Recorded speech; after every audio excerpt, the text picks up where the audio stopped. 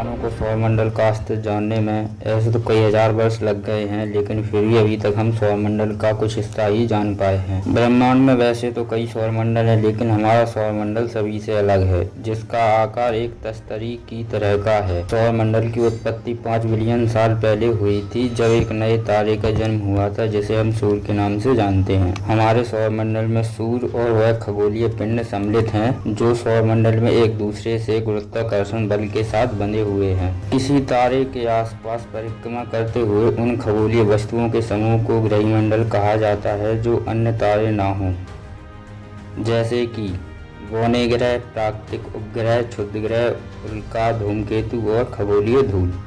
हमारे सूरज और उसके ग्रहमंडल को मिलाकर हमारा सौरमंडल बनता है। इन पिंडों में 8 ग्रह हैं, उनके 166 उपग्रह, 5 बौने ग्रह और अरबों छोटे पिंड सम्मिलित। इन छोटे पिंडों में क्षुद्र ग्रह, बर्फीला घेरा, धूमकेतु, उल्काएं और ग्रहों के बीच की धूल शामिल। सौरमंडल के 4 छोटे आंतरिक ग्रह बुध, शुक्र, पृथ्वी और मंगल ग्रह, जिन्हें स्तरीय ग्रह कहा जाता है, मुख्यतः पत्थर और धातु से बने हैं, और इसमें क्षुद्र घेरा, काइपर घेरा और बिखरा चक्र शामिल है। काल्पनिक और बादल भी सौरमंडल निकाय के द्रव्य का लगभग 99.99 द्रव्य सूर्य में निहित है। सौरमंडल में समस्त ऊर्जा का स्रोत भी सूर्य है। आज के समय हम पृथ्वी को जिस रूप में देख रहे हैं, वह ज्वालामुखियों की वजह से है। हमारा सौरमंडल कई कारणों से पूरे संसार में बहुत अनोखा है।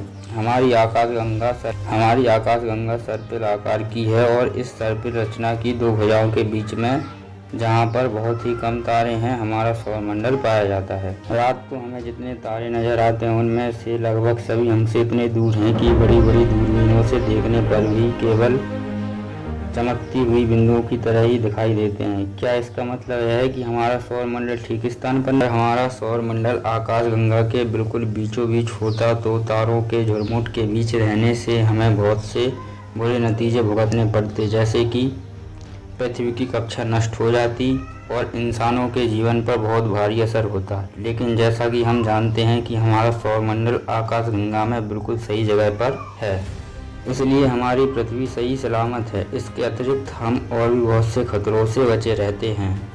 जैसे हमारी पृथ्वी को गैस से बने बादलों से नहीं गुजरना पड़ता है, वरना यह बहुत ही गर्म हो सकती है। इसे ना तो फूटते तारों और ना ही ऐसे दूसरे पिंडों का सामना करना पड़ता है जिनसे खतरा रेडिएशन निकलता है। हमारी आवश्यकताओं को पूरा करने के लिए सूर्य बिल्कुल ठीक तारा है। सूर्य मुद्दतों से निरंतर एक ही तापमान पर जलता आ रहा है। सूर्य ना ही तो अधिक बड़ा है और ना ही अधिक गर्म। हमारी मंदाकिनी में अधिकतर तारे हमारे सूरज से छोटे हैं, इसलिए वे पृथ्वी जैसे ग्रह पर जीवन को कायम रखने के लिए ना तो सही किस्म की रोशनी दे सकते हैं और ना ही भरपूर ऊर्जा दे सकते हैं। तब तारे गुरुत्वाकर्षण बल से एक या उससे ज़्यादा तारों से बंधे हुए हैं और एक दूसरे के इधर उधर घूमते रहते हैं, लेकिन हमारा सूरज किसी भी तारे से बंधा हुआ नहीं है। अगर हमारा सूरज किसी तारे से बंधा होता तो हमारा सौरमंडल 2 या उससे ज़्यादा सूरज के गुरुत्वाकर्षण बल की वजह से अपनी जगह पर कभी बरकरार नहीं रह पाता। हमारा सौरमंडल एक और कारण से बहुत ही अनोखा है, और वह है कि बड़े बड़े ग्रह सौरमंडल के बाहरी हिस्से में हैं। इन सभी ग्रहों की कक्षा का आकार लगभग गोल है और इनके गुरुत्वाकर्षण बल से छोटे छोटे ग्रहों को कोई खतरा नहीं है। कुछ उल्लेखनीय अपवादों को छोड़कर मानवता को सौरमंडल का अस्तित्व जानने में कई हजार साल लग गए हैं। लोग सोचते थे कि पृथ्वी ब्रह्मांड का स्थिर केंद्र है और आकाश में घूमने वाली दिव्य या वायव्य वस्तुओं से स्पष्ट रूप से अलग है, लेकिन 140 ईस्वी में क्लॉडियस टॉलमी ने बताया कि पृथ्वी ब्रह्मांड के केंद्र में है और सारे पिंड इसकी परिक्रमा करते हैं। लेकिन कोपरनिकस ने सन 1543 में बताया कि सूर्य ब्रह्मांड के केंद्र में है और सारे ग्रह पिंड इसकी परिक्रमा करते हैं। सूर्य सौरमंडल का प्रधान और इसके केंद्र में स्थित एक तारा है। सूर्य का जन्म 4.6 बिलियन साल पहले हुआ था। सूर्य अथवा सूरज और सौरमंडल के केंद्र में। वीडियो में आगे बढ़ने से पहले मैं आपको बताना चाहता हूँ, अगर आप हमारे चैनल पर नए हैं तो कृपया चैनल को लाइक और सब्सक्राइब जरूर करें। अनुक्रम तारा है। सूर्य का जन्म 4.6 बिलियन साल पहले हुआ था। सूर्य अथवा सूरज सौरमंडल के केंद्र में स्थित एक जी ग्रह का मुख्य अनुक्रम तारा है, जिसके आसपास पृथ्वी और सौरमंडल के अन्य अवयव घूमते हैं। सूर्य हमारे सौरमंडल का सबसे बड़ा पिंड है, जिसमें हमारे पूरे सौरमंडल का 99.86% ब्रह्मांड निहित है और उसका व्यास लगभग 13,90,000 किलोमीटर है, जो पृथ्वी से लगभग 109 गुना ज़्यादा। सूर्य पृथ्वी से लगभग 13 लाख गुना बड़ा है और पृथ्वी को सूर्य तक का 2 अरबवां भाग मिलता है।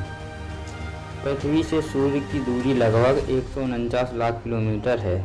ऊर्जा का यह शक्तिशाली भंडार मुख्य रूप से हाइड्रोजन और हीलियम गैसों का एक विशाल गोला है। परमाणु वलय की प्रक्रिया द्वारा सूर्य अपने केंद्र में ऊर्जा पैदा करता है। सूर्य से निकली हुई ऊर्जा का छोटा सा भाग ही पृथ्वी पर पहुंचता है, जिसमें से 15% अंतरिक्ष में परिवर्तित हो जाता है।